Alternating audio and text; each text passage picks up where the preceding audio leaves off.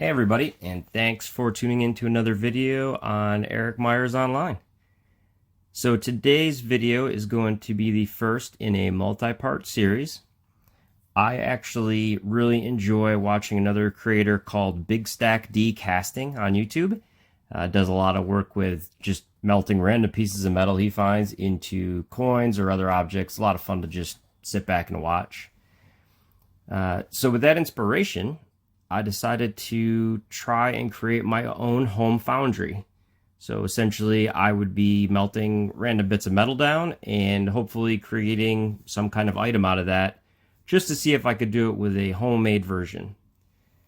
This wasn't my original idea. There's been a ton of people that have done this online, and I followed some basic instructions with some modifications that I made, and you can see some of my successes and failures as we go forward here.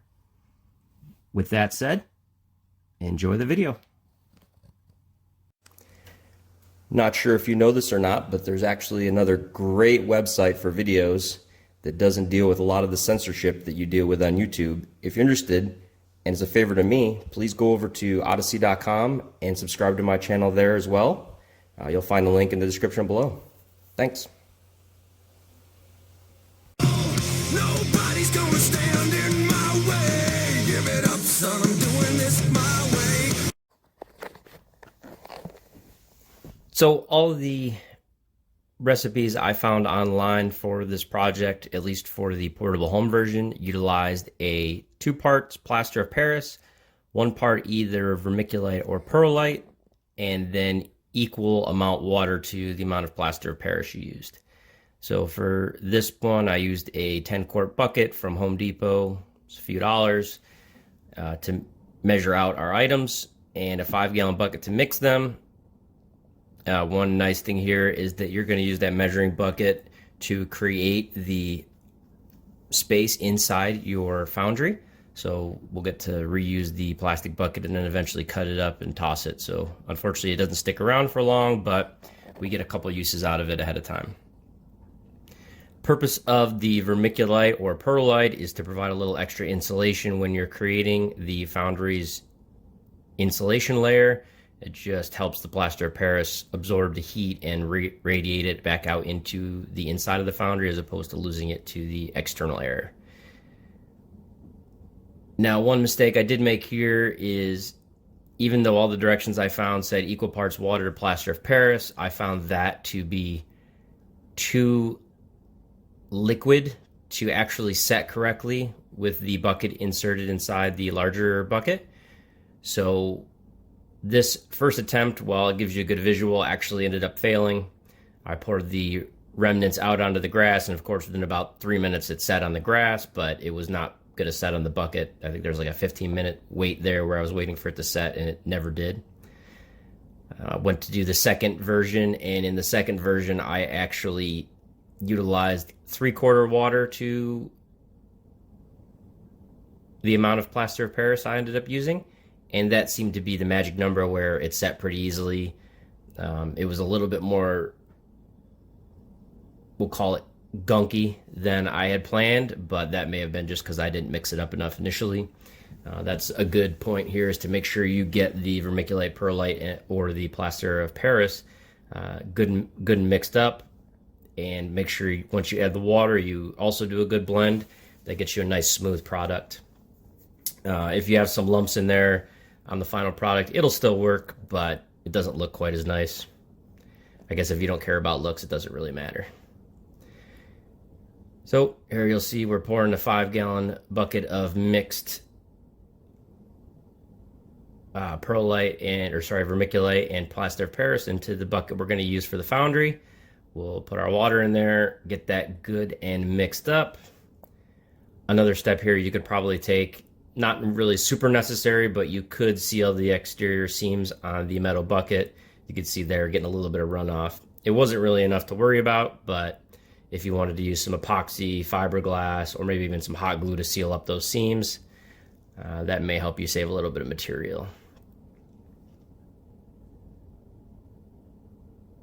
All right, once you have that good mixture, you're gonna go, like I said, go ahead and use that measuring bucket. You'll push it down, and that will get you a nice even surface on the inside of the foundry.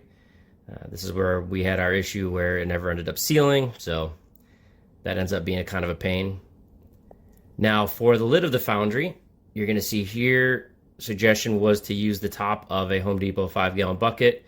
You can cut right below the ribs, and that ends up being about the perfect size. Used two 2-inch U-bolts. They ended up actually being about the perfect length, so when you use that cut, you can use the 3-foot mixing sticks, yardsticks, to support them as you pour the mix in. So go ahead and seal around the outside of that on something you don't care about, because plaster of Paris, once it hardens, is a huge pain to get off of anything other than some absolutely smooth surface. You're going to go ahead and pour your mixture in there. Now, you're not going to actually see this, but the lid actually came out really well on the initial pour. The only problem was that I didn't pour it thick enough because I used all that I had left over of material. You're going to want to make that about twice as thick so it'll survive use on the Foundry. So I have to actually remake that for my next setup, and we'll see why you need that lid in video 2. So once the lid is hardened, you can go ahead and use a drill with a hole punch on there, go right through. That is a 3-inch hole bit. Just make sure it's median distance in between the two U-bolts. That's going to let your excess heat up out of the Foundry as you're blowing air in through it. As you can see, that first one was pretty nice as far as staying together, but like I said, once you get the heat going and get upwards of 1,000 degrees, it put a little bit of stress on that plaster of Paris and ended up breaking when I took it out after use. As far as cutting holes in the bucket, you're just going to go straight in through the metal and then at a little downward angle to the side through the plaster of Paris mixture. That allows you to put your pipe in at a slightly downward angle, basically helping you not to end up dropping charcoal down into the Foundry and having it go into your pipe, which is going to be supplying your air into the Foundry. All right, here we see the Foundry in action. The first time you use this, you're going to have a crucible that needs to be, I guess they say, forged in fire. You're supposed to bring it up to red hot the first time before you actually use it. Let's just make sure that it's set in correctly and you don't have any issues with it in the future. So you can see here, based on the directions I found online, they said use a 6-inch steel pipe, and then to screw your PVC onto that, you hook your hairdryer onto the end of the PVC. That provides air into the Foundry and keeps the heat up. And we can see here working. We ended up doing a temperature test and went to the limit on the laser gun, which apparently limits at 800 degrees. So we know it's at least 800 degrees in there. And you can see the setup there without the hairdryer hooked in. An issue I had along the way was the 6-inch pipe was not long enough to prevent the PVC from melting. So I ended up talking to a couple rednecks I know, and they had some spare pipe laying around. So I have a 2-inch piece of pipe for the next video to help show how to make that work correctly. But our initial test and getting the crucible ready was successful. Heated the whole thing up. Like I said, we got above 800 degrees, so that piece we know will work. The charcoal worked fine. I just used regular Kingsford charcoal from Home Depot. And a couple steps for improvement, like I said, we're using a longer pipe before attaching the hairdryer. So with the 2-foot pipe, I can just attach the hairdryer directly to the pipe. Don't need the PVC anymore.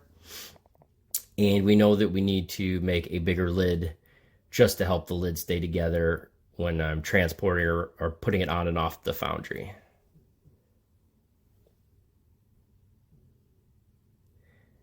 And that is it for this video. Thank you for watching, and look for the second video where we're going to do the first test run and melt some aluminum and see how that goes. And eventually, once all the pieces are together, we'll do a final run with some copper and hopefully have that work out well.